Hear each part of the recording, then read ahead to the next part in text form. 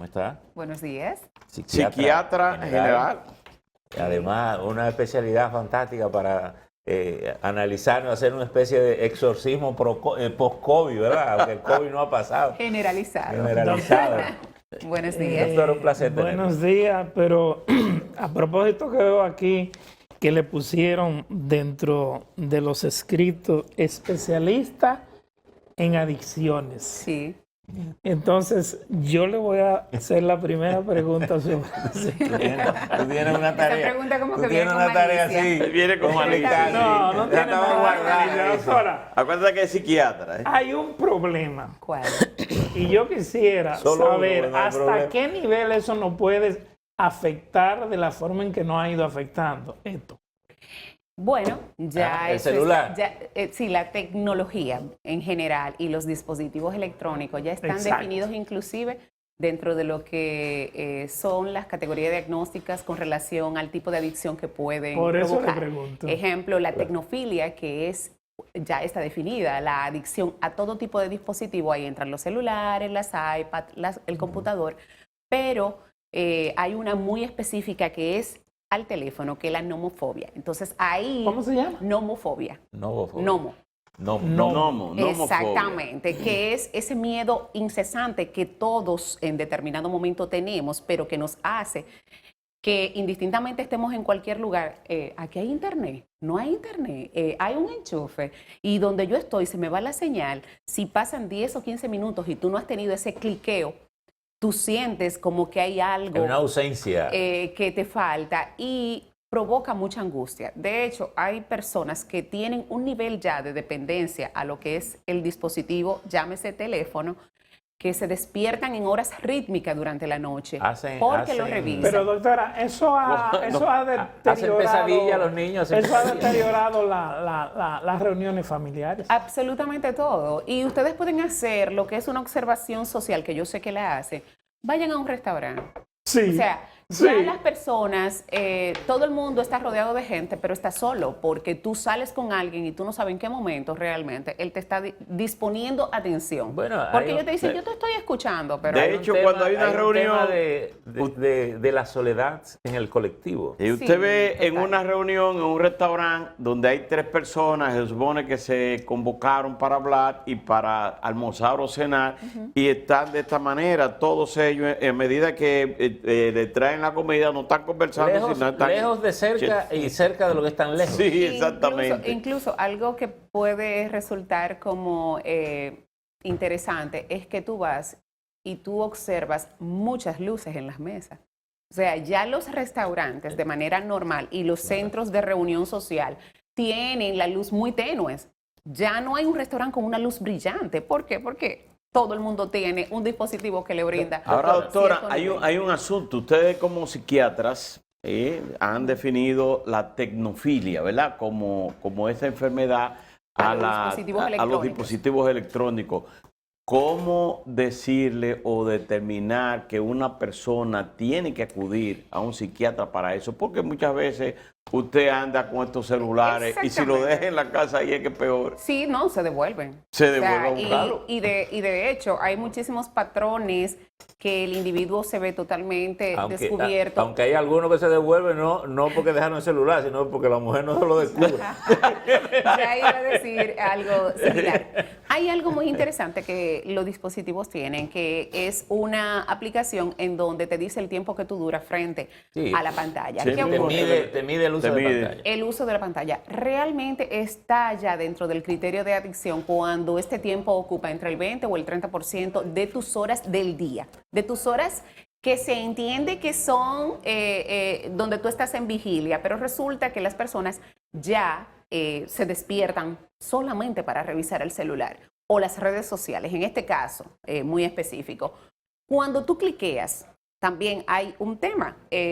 Dependiendo de la cantidad de veces que tú cliques el teléfono, también podemos entrar. Si tú lo haces más de 383 veces en el día, podemos decir que hay que prestar bastante atención. Sin embargo, en media hora, fácilmente cualquiera pasa esas 383. Porque tú entras en las redes y tú tapas clip y clip y clip. ¿Cómo evitarlo? ¿Cómo? ¿Hay algún fármaco? ¿Hay algún tratamiento? es que Yo el vi un tema- escrito de un periodista que escribió Sí. Me morí. ¿Cómo Me es? morí. ¿Por Ah. qué? Porque se le fue. Se le fue la batería. Es bastante. Y el tema de la pandemia lo que ha venido es agudizar. ¿Por qué? Porque los niños, tenemos ahora mismo una observación muy directa sobre lo que son los niños y adolescentes que ahora han empezado otra vez a lo que es su año escolar supuestamente presencial, pero encontramos unos niños y unos adolescentes y unos adultos también que estuvieron haciendo trabajo en la casa, en donde desarrollaron una dependencia absoluta a lo que era la tecnología. Y estos muchachos ahora le cuesta incorporarse. Yo tengo mis 2 hijas, tienen niños pequeños. Y ellas veo que tienen mucho control sobre el uso de los aparatos. Incluso le dan tiempo. Cuando llegan juntos Claro. a socializar, se acabó el celular. A veces patalean, pero se lo quitan. Claro. Y a veces tengo un chiquito que dice, mami, un ching más. Entonces le digo, ok, 5 minutos. 5 minutos, se acabó el celular. Y ellos obedecen, porque también en la estructura familiar es muy importante que esos controles se establezcan. Lo que pasa... Porque evidentemente es una herramienta de la época Claro. moderna que tampoco podemos resistirnos a su uso. Claro. Porque tiene un montón de beneficios también, por otro lado. Doctora, pero hay un tema aquí. El tema del COVID. Yo digo a veces que como el 11 de septiembre cambió el mundo para siempre. El COVID parece haber cambiado el mundo para siempre, incluso para ustedes mismos. Sí, claro. Me imagino que la tecnología también es un recurso de consulta, de verificación. Se convirtió. ¿Cómo valorar esta sociedad en este contexto, digamos, para limitarnos a República Dominicana, pero puede ser una proyección mundial? ¿Cómo ver la sociedad, el mundo moderno de hoy, a partir de la pandemia y con la intensidad que la tecnología se ha desarrollado justamente con la pandemia? Hay algo relevante en esa pregunta que me parece o en ese comentario que me parece sumamente interesante, y es que las pandemias tienen un curso y nosotros pensamos que porque ha mermado o se ha medio controlado la urgencia sanitaria, no estamos en pandemia, estamos en pandemia tal cual. Y el tema del control sanitario dura hasta 2 y 3 años por historia. Ahora bien, el impacto que logra provocar lo que es cualquier pandemia en la población se extiende entre 20 y 25 años. O sea que las repercusiones reales de este periodo agudo, aunque ya tenemos esos destellos que resultan ser muy importantes porque tenemos cambios groseros, realmente se ve en el paso del tiempo. Con el tema de la salud mental, te puedo yo decir que ha sido un arma, ha sido una presentación que ha traído 2 caras. ¿Por qué? Porque ciertamente las enfermedades mentales siempre han existido, pero resulta que con un estresor, algo nuevo que coloca en riesgo lo que es tu vida y te coloca en una posición de incertidumbre, salen a relucir pacientes nuevos. Yo te puedo decir que en la primera fase de todo esto, el 80% de los pacientes que yo vi durante mi consulta eran pacientes nuevos, pacientes que nunca en su vida habían tenido una condición y que ahora tienen un diagnóstico, y no podemos con esto minimizar porque hay muchos que tienen una capacidad resolutiva bastante... Algunos de esos pacientes fueron virtuales. Claro, ¿por qué? Porque el mismo temor a la exposición hizo que nosotros desarrolláramos esa herramienta de tener que dar consultas o asesorías. En esa experiencia del paciente face to face, ahí cara a cara, mirándolo, y el paciente virtual, ¿se puede apreciar una diferencia importante en la consulta? Nada va a sustituir lo que es una entrevista médico-psiquiátrica presencial. ¿Por qué? Porque hay muchos aspectos en el caso del psiquiatra que es valorado por lo que es hasta una ligera infección. Las reacciones personales. Totalmente, el afecto, los cambios, inclusive hasta la ritmicidad de la respiración. Pero resulta que también nos encontrábamos que estos pacientes no tenían los entornos adecuados. ¿Por qué? Porque si a mí como me ocurrió en un momento, un adolescente, y yo lo veía tan estático, como tan presionado, y yo le dije, una pregunta, ¿hay alguien cerca de ti? Porque tú solamente ves a quien tú tienes enfrente. Claro. Y él me escribió por WhatsApp y me dijo, mi papá lo tengo al lado. O sea, él no se atrevió a decir. Entonces, las personas tampoco se encontraban con los ambientes adecuados para poder tener una consulta de salud mental, y eso hizo que poder decir lo que realmente sentían. Un ejemplo. Porque a lo mejor el papá era el problema. Exactamente. Y aparte de eso, en lo que es la violencia doméstica, la violencia intrafamiliar y el abuso infantil, todavía se canalizara una intervención, pero cómo abordamos si el verdugo o la verduga estaba dentro de En la Perdón.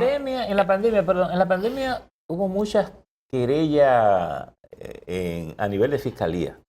Me imagino que hay montones que no salieron, pero Claro. posiblemente iban a la consulta médica. También se ¿Cuál es el dispararon- registro que ustedes tienen como También médicos? se dispararon las demandas de divorcio. En el, Sí.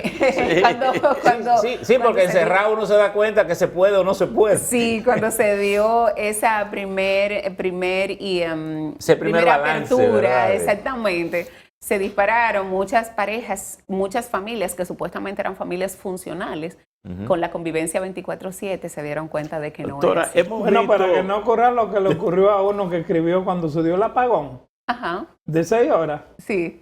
que dice él, ahora aparecen una gente que dicen que son mi familia aquí en mi casa. Doctora, hemos visto también de cómo jóvenes El mundo ha han cambiado muchísimo. optado por el suicidio. Dos jóvenes en San Cristóbal por motivos también alegaron pasionales, ¿verdad? Pero también hay muchos suicidios que han ocurrido durante la pandemia y no post-pandemia, porque todavía Durante, tenemos la pandemia. claro. Pero, ¿a qué se debe esto? ¿Es alarmante? Es alarmante. De hecho, es alarmante hasta uno que fuera. Nosotros tenemos unas estadísticas que rondan en que aproximadamente entre 14 y 16 horas hay un dominicano que se suicida. ¿Cómo? Nosotros las estadísticas anuales oscilan siempre entre 580, 640, 628. Y eso es mucho porque estamos hablando que casi o sea que Más de 600. más de 600, que en 24 horas hay más. Las estadísticas nos dicen que cada 40 segundos en el mundo hay alguien que se suicida y cada 3 segundos hay alguien que lo intenta. O sea que en el tiempo que estamos aquí hay muchas personas ya en el mundo lo han hecho. ¿Qué ocurre? Los niveles de estrés, la ansiedad, la depresión que ha debutado, que ha estallado durante la pandemia, porque en el momento agudo, como un mecanismo de defensa, el individuo no manifiesta lo que es la sintomatología. Ya cuando siente que el estresor disminuye, es cuando aflora realmente el daño mental o emocional que pueda tener. Y ahora mismo, con el tema de la no alternativa y muchas demandas sociales y quizás entender como repercusión inmediata de que su problema no tiene solución, han optado por esto. Ahora, Doctora, perdón, una última pregunta breve porque el tiempo se nos acaba. sí, ¿Cuál es la recomendación que usted hace o que da en el caso de niños, niñas y adolescentes para manejar un dispositivo electrónico que ya es una adicción diario? Parece que el chico de este está generando problemas en casa con el aparato. se ve que tiene... Sí. Bueno, si son niñas, niños y adolescentes, es un poquito más difícil controlar eso en adultos, pero se supone que dentro del hogar deben de existir lo que son patrones de reglas y límites. Y hay horas. A menos hay horas, se deben de entablar regímenes que le digan al niño cada una de las actividades que debe de hacer, incluyendo nosotros como padres, como adultos, incluir actividades al aire libre, actividades sanas, porque también lo dejamos sin opción. Le decimos, no vas a usar el dispositivo, pero tampoco tú le estás ofreciendo desplazarlo a una cancha, llevarlo a un sitio, o tú también incluirte con los amiguitos. en el juego de ellos. Buscar temas de interés. Señores, aquí tú vas a los museos y los museos están vacíos. Ah, sí, porque no Están lo llevan. vacíos porque no hay un interés colectivo. Tú vas a los parques, que son zonas realmente sanas, y tú lo encuentras vacío. Pero va a los cines y tienes que esperar afuera para tú ver una película. No digo Doctora, que no sea sano, pero Muy cada bien. espacio Doctora, tiene una su cosa beneficio. final, a propósito de lo que usted decía ahorita. Final. En términos sanitarios, decíamos esta mañana que Navidad es un riesgo, las fiestas de Navidad para eso. Claro. ¿Qué es lo que ustedes recomiendan como médicos ante la situación de la Lo primero pandemia? es que las personas tienen que saber que las enfermedades mentales, las condiciones de salud mental son ordinarias como cualquier otra, que no deben de sentir la discriminación o el estigma a nivel social, y que aquel que dice que no necesita a un especialista de la conducta no está bien. Yo creo que ahí es que debemos de Pero empezar. desde el punto de vista del contagio, de los riesgos del contagio, por ejemplo, las fiestas de Ya se Navidad, está- ¿qué es lo que ustedes ya- recomiendan? ¿Que se haga o que se hagan con control o que no se hagan? Es que nosotros decir, lo correcto es limitadas. Limitadas. Inclusive el nivel de exposición que se pueda tener, circunscribirnos o seguir con lo que hicimos el año pasado, que fue netamente los miembros familiares más cercanos. Pero ¿qué ocurre? bien. Nuestra población está en una conducta totalmente desaforada. Gracias, doctora. Doctora, Gracias. gracias a la intervención de la doctora Alexandra Iches, psiquiatra general, especialista en adicciones, con quien hemos tenido el placer de conversar. Doctora, éxito. Muchísimas Y buena gracias. Navidad, por si no la vemos, ya se puede decir Bueno. eso. ¿Vamos a la Vamos a la pausa pausa. o Sí, vamos o a la nos quedamos pausa. aquí? Vamos a la pausa y venimos ahora con Inmaculada Cruz Hierro.